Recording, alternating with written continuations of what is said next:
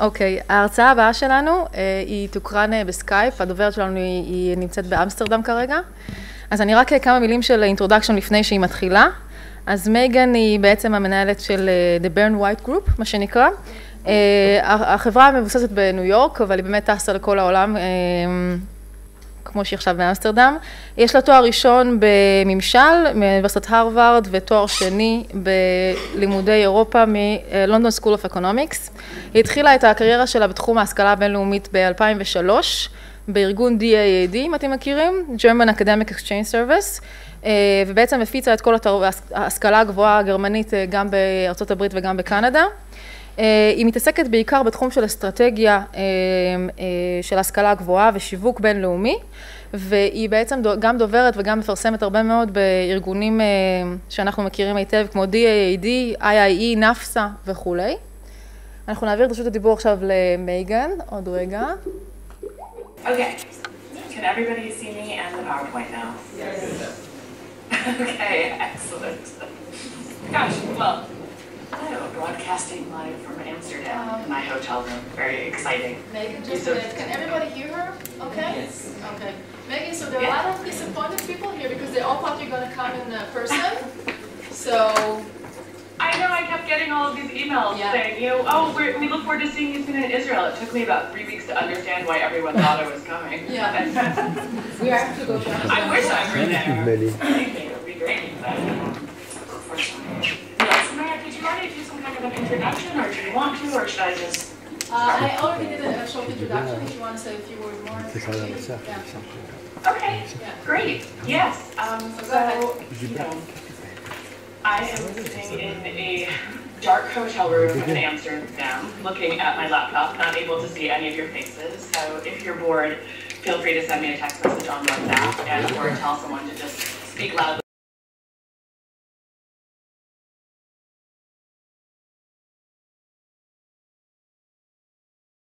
Day planned, and I know the focus is, you know, is on India and China, and my understanding is that this presentation is to kind of help place recruitment efforts in those two countries in the larger global picture. So I have tried to bring together different statistics and projections from some of the research organizations in the field, as well as just my own personal experience working with institutions and organizations in higher education and hearing what they're concerned about future international student mobility flows, and also, you know, what they're potentially excited about. So, without further ado, we begin trends in global student mobility. And we will also, I will leave about 15 minutes for Q&A, so there's definitely going to be time to ask questions. A little bit of introduction, again, I'm not sure what Samarit has already told you, but my name is Megan Brenn-White, and I founded the Brenn-White Group roughly 4 years ago this summer. And this was after in my own career having a number of years in the kind of international website development in the late 1990s, the dot-com boom in New York, and then moving into international education for close to a decade. And just seeing that there were huge changes happening globally, and institutions were being confronted with becoming international or becoming more international or becoming international in ways that they weren't before. So we work only with higher educational organizations, governments, also related organizations, all kinds of institutions. Most of our clients are outside of the US, most in non-English speaking countries where there are some particular marketing and kind of strategic challenges. I am very happy to work with a number of clients in Israel, and also on a personal note, I did spend a semester of high school in Israel, came back in college, and I'm very happy to have an excuse to most of the time actually be able to visit the country and not just be beamed in virtually from a hotel room in Amsterdam. Yeah, and as you can see also in terms of international education experience, I was the deputy director for DAAD, the German Academic Exchange Service, for their office in North America. So I was the first person really responsible for marketing German higher education in the US and Canada. And, you know, this was one of the initial really good vantage points, being able to see how a variety of government and other things can change student flows. So that is a precursor. So to get right into the international mobility trends, and again, I understand that what I understood is that I'm not to focus on India and China, but the entire global picture. And I wanted to start that with a little bit of terminology, because I think that this can get confusing. And I think that it can get confusing because partially when we look at statistics and the data, different organizations measure different things, unfortunately. So, one thing to keep in mind is that when we talk about study abroad or international student mobility, people have different things in their minds depending on their own local context generally.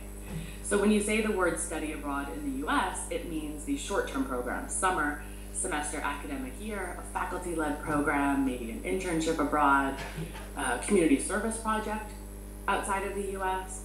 That's really what study abroad means. If you speak with actually most other countries, when they talk about students studying abroad, it's actually for full degrees. So the really big numbers in international student mobility are with students who have left their country to pursue a full degree in another country. So IIE, the Institute of International Education, the Open Doors report that they put out every year entirely focuses on the US side, on the short-term programs when they talk about US mobility. That is because they count the numbers only when the US student has earned credit at their home institution. So that means that, by default, they're studying away for part of their regular degree program at home. The OECD, which is the other biggest source of statistics in this area, primarily measures full degrees abroad and almost entirely, or I think entirely, using data submitted by the countries in their various surveys. So let me just say that these figures are hopefully interesting and provide some kind of benchmarking. Certainly you can see some trends, but no one thinks that anyone has a complete picture of what's happening now. And certainly I would say very few people would say that they can predict the future of where this is going. I feel like I just made a disclaimer for my entire presentation. Hopefully you will still continue to listen. But I just wanted to make sure that some of the terminology is clear. Okay. So the top host countries. So this is where do students go? And you have Australia, Canada, China, France, Germany, the UK, and the US together receive more than 50% of all international students. So what you have is a pretty significant concentration of the internationally mobile population in a small handful of countries. It's further concentrated by being, these statistics are harder to get, but by either being in Anglophone countries, in countries where English is the predominant language, or for students who are in English-taught programs in non-English speaking countries.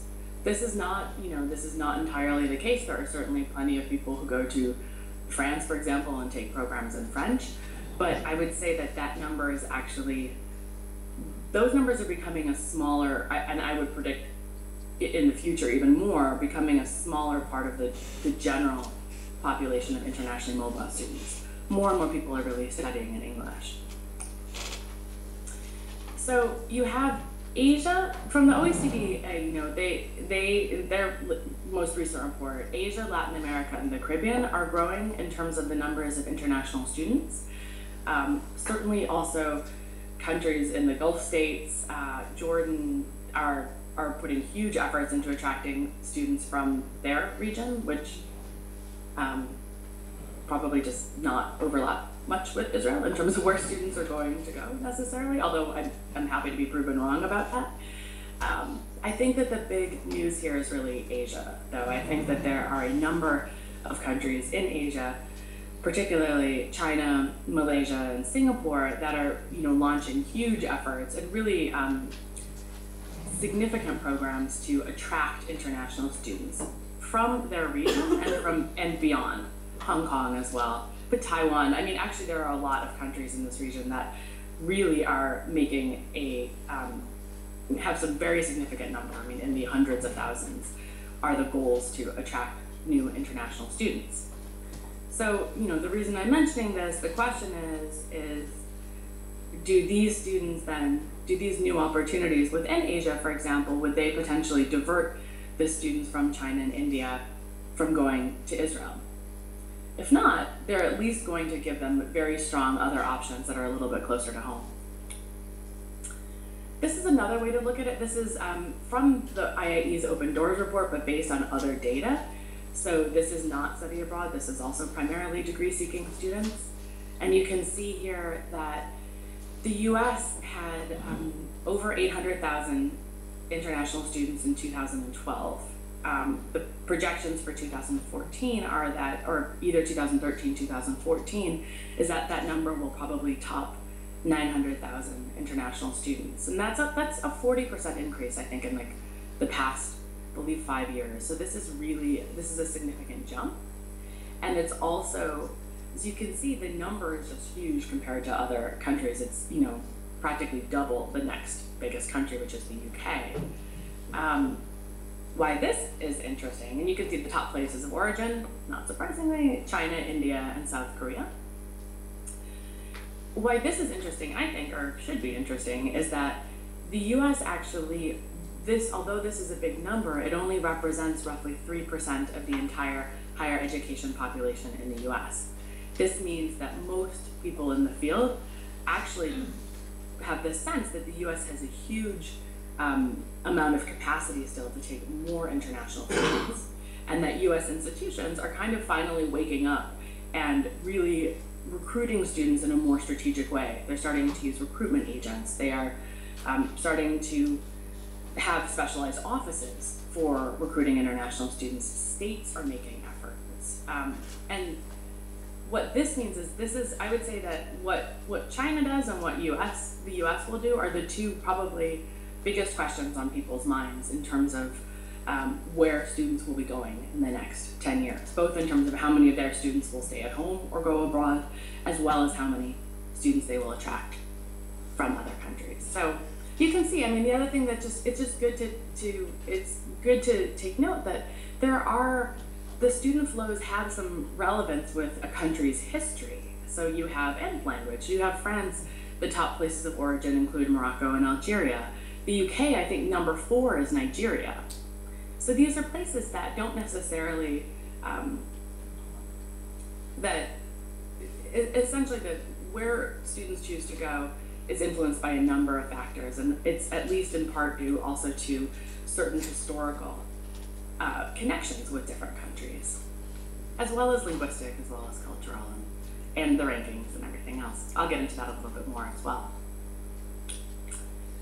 So the top sending countries, so you can see here that this is, you know, China, India are very dominant here in terms of the countries that send the largest numbers of students out into the world, followed by South Korea and Germany, which are actually pretty much neck and neck. I was surprised that there were as many German students going abroad as it is here. And then the other numbers are all not insignificant, but there are no other countries with huge blocks of students like this.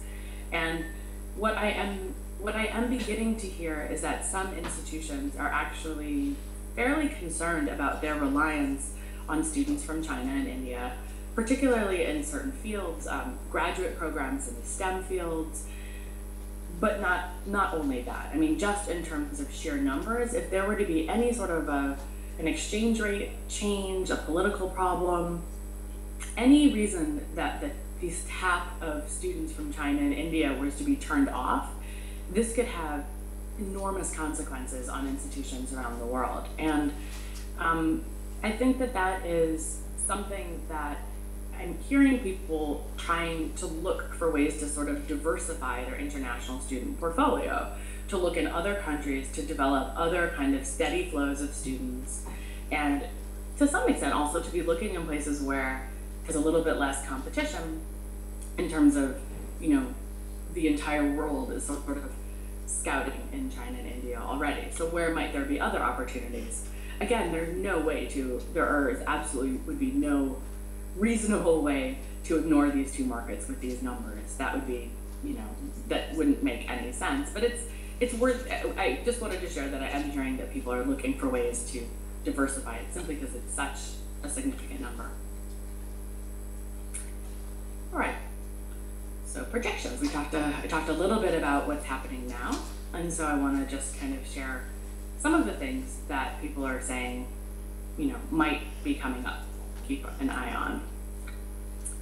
So this is the from the OECD. This is the, you know, growing number of international students worldwide.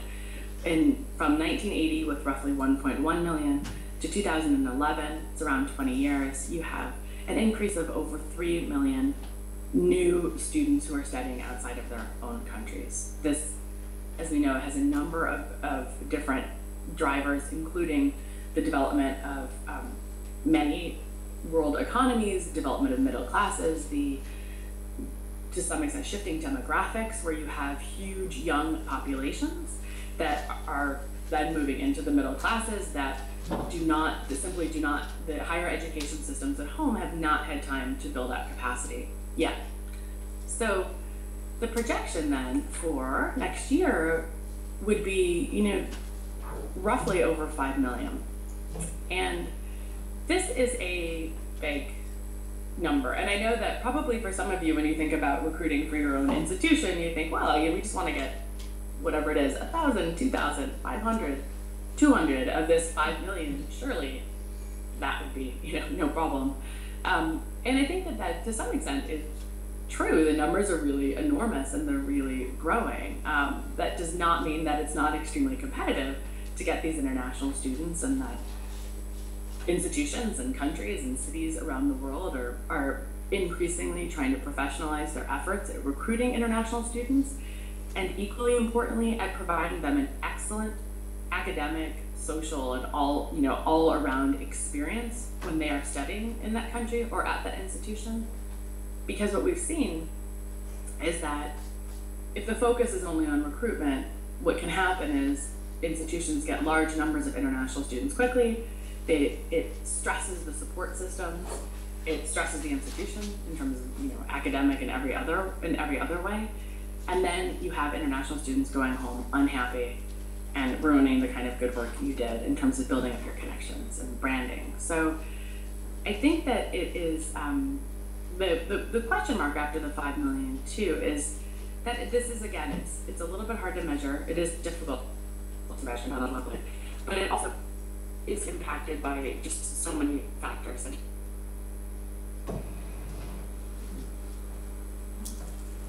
And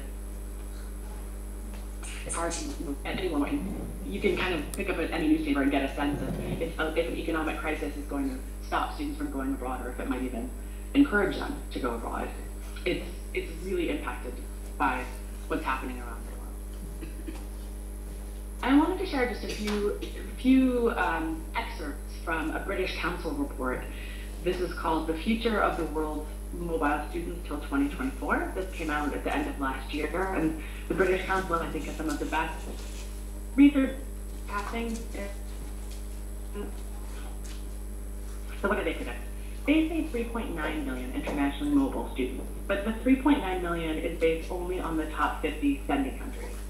So it doesn't have, this doesn't include all of the countries that the OECD counts. The numbers are likely to be roughly the same. British Council only measures the top 50 sending countries. In 2024, British Council is projecting that China and India will continue to dominate as the largest sending countries. So obviously you're at a very relevant session today. In terms of the next largest though, that actually shifts a bit. And here you have Germany, South Korea, but then Saudi Arabia, Nigeria, Turkey, Pakistan, and France as the next largest. So that, you know, there are some new entrants into the sort of sending country arena, not all of whom are likely to be super relevant for Israel. Although, again, maybe one be proven wrong. The most quickly growing sending countries, according to their projections, are Pakistan, Nepal, Iraq, Brazil, and Indonesia. And I was at a conference just last week in Milan, a business school, the EFMD conference, and they had us sit at one section and do group discussions on whether or not people would want to recruit from the BRIC countries, Brazil, Russia, India, China, or the MINT countries, Mexico, Indonesia, Nigeria, or Turkey. And the sense was that people actually just don't know. I would say that the sense was people just really don't know. They recruit in the markets where they have access to good agents, they have access to good advice. They recruit in some of the bigger markets. But I would say if you feel as if you're struggling about your choice of where to recruit from, that would be pretty similar to most institutions in the world right now. Particularly thinking beyond the next recruitment cycle, particularly thinking, where do we want to build up an effort that will have an impact in 5 years? And this, I have to say, this kind of longer term strategic planning is what Australia has really exceeded at, and the UK as well. And I think that's a big part of why they're really able to dominate, particularly for countries of their size, the international student recruitment. So the top host countries projection for 2024 stays roughly the same. The only caveat that the British Council said is that they don't have as good numbers from China and Singapore and some other countries in Asia, and so I would think it would be hard to imagine that China would not be a top host country. I think China already is a top host country, and whether or not Singapore has more or less than France or Japan, I don't know. I would also find that I would not be surprised if that happens. Let me just put it that way. So this is where people are going to be going. So, to get back a little bit more to the drivers, what's driving this various mobility? Well, as you saw that, that the circle is getting bigger, this is the number of students studying outside their country is growing by around 7% annually. And this, this is something that where they go and how long they stay and the kinds of programs they do can change very quickly. And this is just, to get a quick sense of the things that can have a really immediate or short-term impact. And news is certainly one of them. And, I know that those of you in Israel are well aware of the impact of any bad news in a country that could relate to anything that makes students feel as if they might not be safe, or even bad economic news can really impact recruitment efforts from one year to the next. On the other side of things, you have exchange rates which can change in a good or bad way to make studies at your institution for a particular country significantly more or less expensive. And this is something that a lot of institutions have really seen their recruitment from India decrease significantly as the rupee has dropped in value over the past year. And I think that this is something that, this is one of those things that, all of these things that I'm mentioning, changes to employment conditions, changes to the offerings in your country and other countries, which is essentially the changes to the competitive landscape. Even things like culture. We talked about New Zealand had a bump from, my gosh, I can't remember the name of it, the Lord of the Rings movies. They actually saw an increasing number of students that they could correlate directly to the Lord of the Rings movies, the fact that they were filmed in New Zealand. Some people think that the Australian, I have a hard time believing this, but that the initial kind of growth in Australian student recruitment was tied to the popularity of Paul Hogan movies, which I didn't realize were all that popular, quite frankly, but you can have some kind of a weird cultural thing that all of a sudden becomes popular. I think you can also see this, this isn't a culture thing, but you have like these kind of software things that happen in a place like Israel, where all of a sudden everybody goes, whoa, people in this country are putting together, these small teams are putting together these apps or whatever that then sell for hundreds of millions of dollars. That can, news about that can quickly start to attract more international students. But this is just to say that, there are kind of long-term drivers, but also some short-term things that can really impact it. And, in addition to, the what I'm not covering here, and before I start this slide about the global trends on international mobility, the longer term trends that really impact this are the big, economic development, demographics, the number of higher education institutions in a country.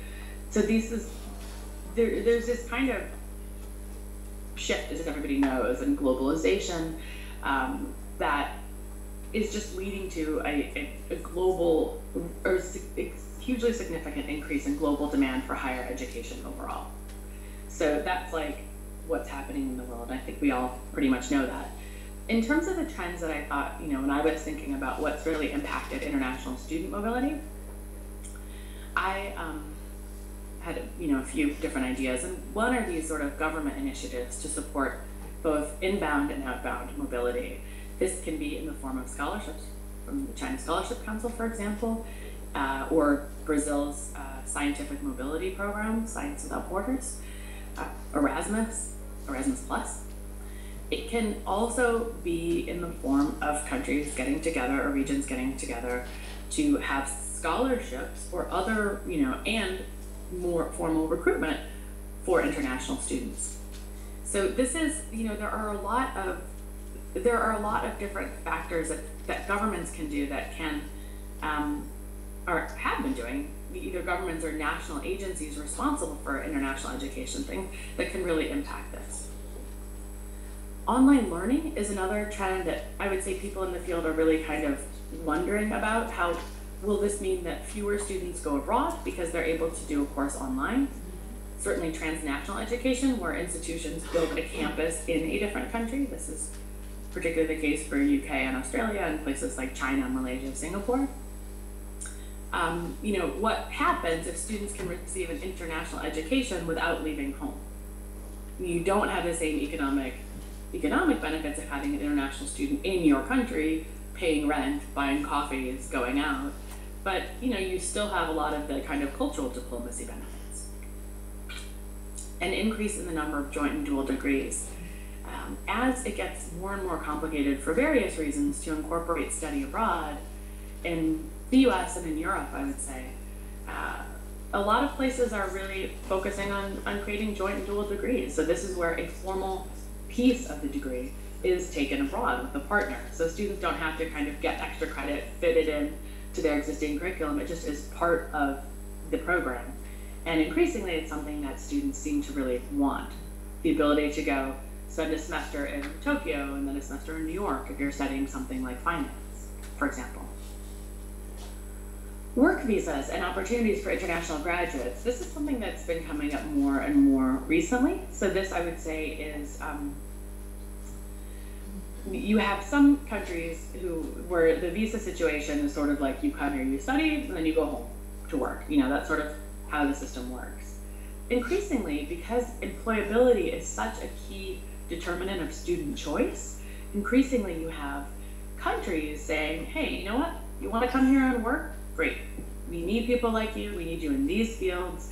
You can work during your education. You can stay and work for a certain number of years afterwards, and we're going to make it easy for you to get a permanent residence. Maybe not easy, but easier than it was. And this is places like New Zealand, Canada, certainly. And this is, the Netherlands has a whole new initiative around this. And I think we're going to see this more and more. I think that as countries tie together certain gaps in their employment needs, and this is also often the STEM fields, with the the demand of international students to have job opportunities both in the country in which they're studying and at home, I think we're going to see more of this. And this is, I think, beginning to influence where people go. One other trend on the study abroad front is a general move away from somewhat of a move away from exchange towards strategic partnerships. And what this means is that it used to be the case that every university would say, we have 160 partners and, exchange probably 75 students a year. And what that means is that there would be this large number of partnerships all around the world that were relatively time consuming to initiate and even more importantly to maintain. It's difficult if a student asks you, I'm interested in studying microbiology. Which of the 160 partners are good at this? Or ask you, at partner X in this country, what are the dorms like?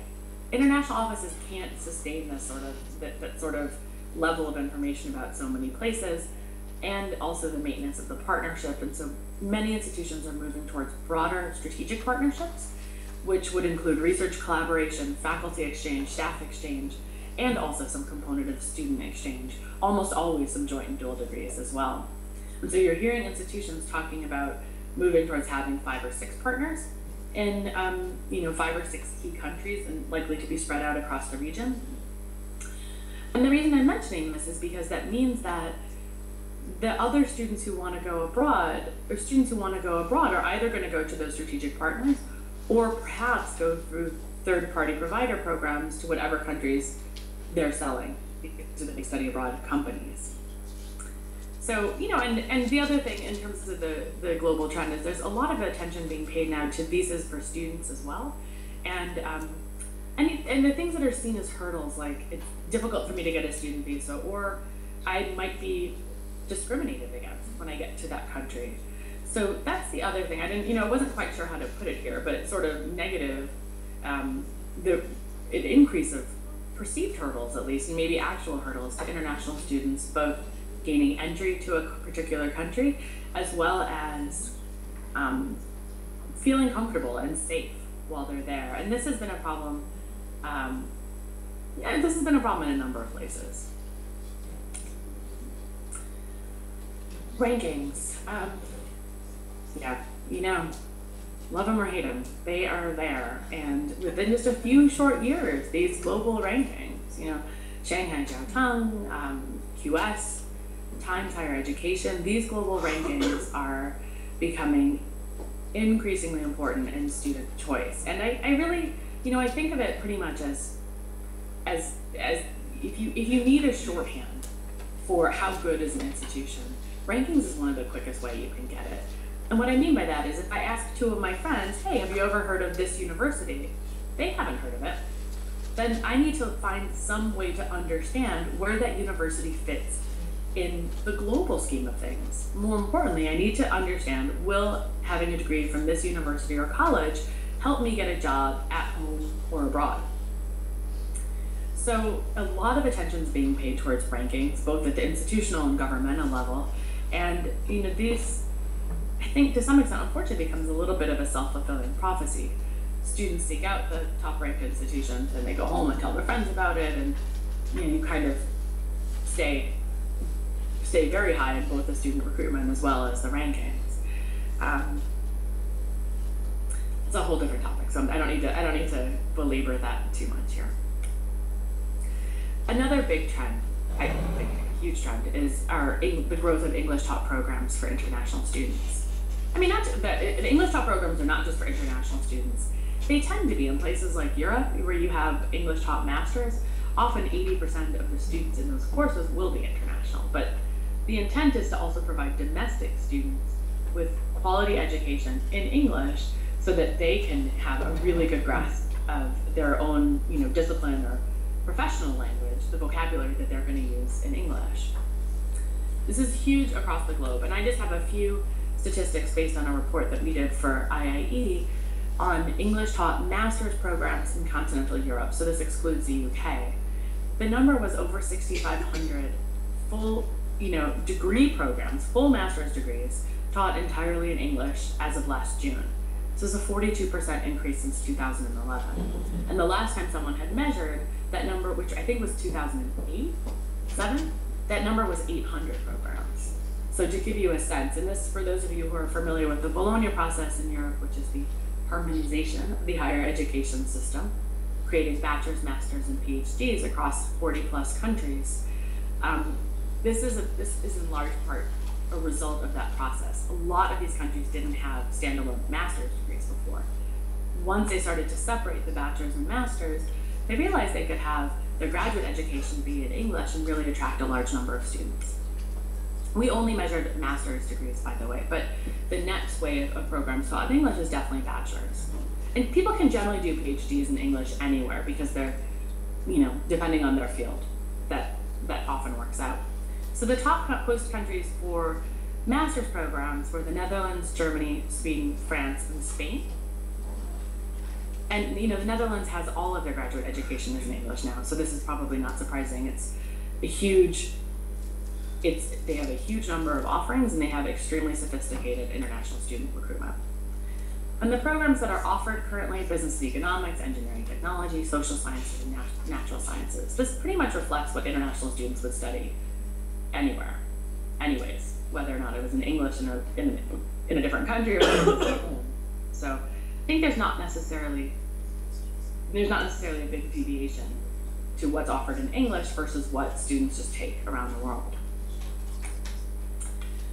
So I feel like I have it's sort of a lot of what I've been saying, I think, has been about what are these external forces and what's happening around the world that impact international student mobility. And I wanted to have one slide at least about, what are the things that an institution does that impacts this or that can impact this. And, we work with a lot of universities and colleges and help them kind of set up their communications infrastructure and their marketing collateral so that it's really relevant for international students. And the reason that I spend a lot of my time saying, please focus on your website,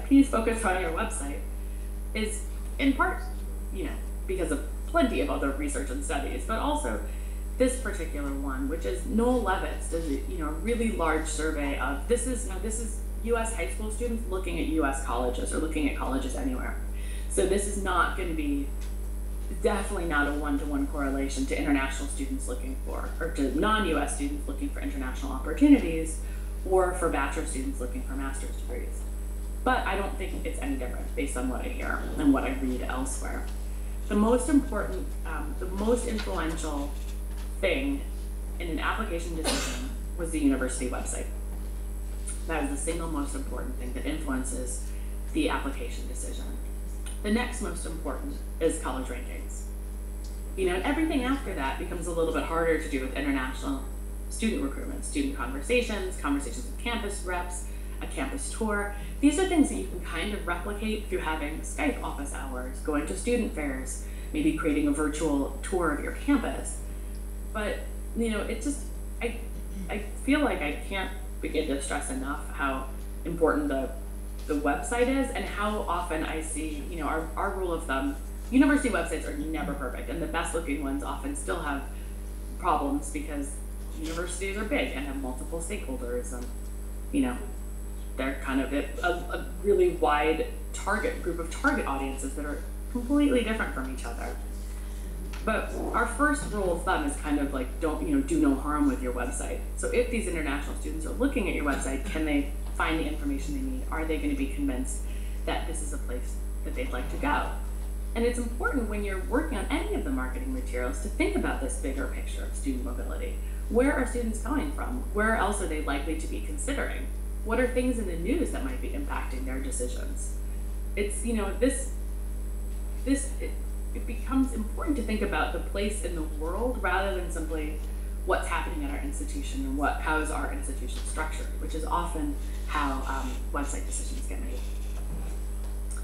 So, as it says here, I wanted to also just have 2 slides about the US. We are based in New York, although, as I said, almost all of our clients are outside the US, and we don't really focus on the US, but the US is clearly one of these historical markets for Israel that is incredibly important. So I wanted to just throw at least 2 slides here about trends for US students studying abroad. And then we're going to Q&A.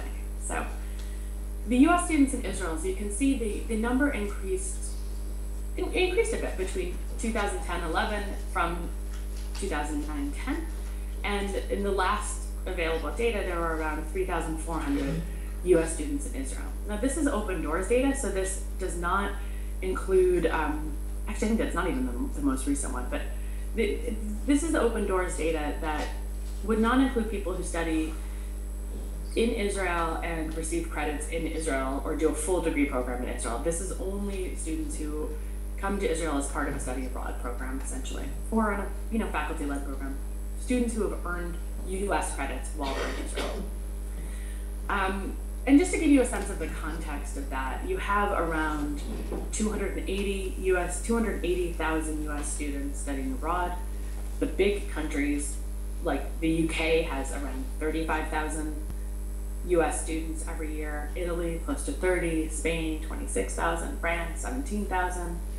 So you have, and then the numbers drop off pretty quickly there. So there are also a number of initiatives in the US that are, where the intent is to grow the numbers of US students studying abroad. One of the most recent ones is called Generation Study Abroad, where IIE has committed to helping double the number of US students studying abroad in, I think, the next, I can't remember if it's 5 or 10 years.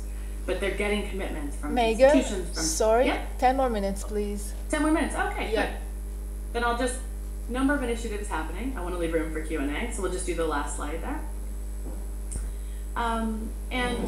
So the last slide, after study abroad, just to let you know that the number of US students doing full degrees abroad is actually growing significantly. And this, I think, could be quite interesting for Israel. So in the latest statistics from 2013, you had 46,000 students studying abroad for a full degree. 72% studying in Anglophone countries. This did not research if they were doing programs taught in English or not. And the top fields currently are humanities, social sciences, business, and management. I think that those fields are going to change as US students can see that they can do their MBA abroad in English. They can do their engineering degree in English. I think humanities is an easy first step. Someone who's doing French literature who wants to go to France, it makes sense. So without further ado, so we do have some time for Q&A. I would like to thank you for your attention. And then, you're getting claps here. I don't know if I can see, I guess I probably can't see you, right? We'll leave it as it is. Okay, so anybody wants to ask a question? Could you please come forward? Any questions? Could you please come forward or any remarks?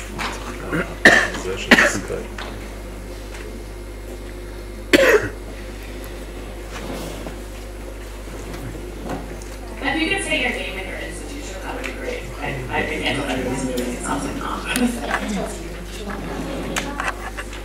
my name is Michelle. I'm here at the Libre University. I'm international students, and some of your viewers or might already know this, but for our own knowledge, I'm just curious, what are the main drivers for students coming from, let's say, Asian countries or India? Because I know tuition is a big factor. So, for example, if the tuition is much higher here or much lower there, but I was speaking to a few Chinese students, and they were saying that the competition in universities in China is just so high that it's hard to get in. So, if you could just give us an idea on the main, I guess, drivers or why specifically they're studying abroad. In China and India? Yeah, to come to other countries. Yeah. Well, so here is something that I think is actually surprising. Tuition does not seem to be a driver. I mean, well, depending on how you look at it. If you look at the countries that host the largest number of international students are the most expensive places in the world for international students to study. The US, the UK, and Australia, significantly more expensive than what they would pay at home. So I used to think, I mean, tuition, the cost might impact some students, but it's not currently. And it's partially because, at least in some cases in China, students are coming with full scholarships from the country. So they're not having to be confronted by these huge tuition fees. In general, I mean, they're both just enormous countries, and they have huge growing middle classes, huge numbers of students who want to access the higher education system, and simply not enough local provision. There just are not enough higher education opportunities at home. And I think that, what my understanding, I'm sure you have people in the room there from India and China who could answer this better than me, but what I'm hearing is that the sense is that China is developing, its own higher education capacity extremely quickly and very well. And so that is one of the real factors that might influence this in the future. So if Chinese students are able to kind of stay at home and not have to go abroad necessarily for an education. The other thing that I would say is driving this, and this is maybe a past driver, but it had been for a while that a lot of students from India and China would come to the US, for example, or UK or Australia with the hopes of staying there and being employed in those countries. But as the economies in those countries kind of got weaker and weaker, and as the economies at home grew stronger and stronger, I think that that's shifted. I think that shifted, and I think that, you know, what I understand is that, and the driver that's remaining is that there are still a number of people in very top positions in India, in both in India and China, around Asia, actually, that have Western degrees, you know, from certain institutions. That's still seen as something that can really help you on the job market at home, or help you, you know, set up a company. You have the right kind of contacts.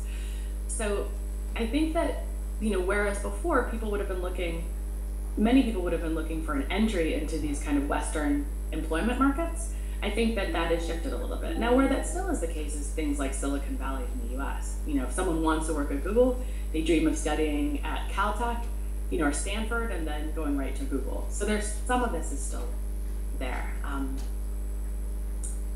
I hope that is at least part of an answer for you. Thank you. But it's huge numbers, you know, I mean, it's also just really enormous numbers. Thank you. More questions? Anybody? Any comments? Okay.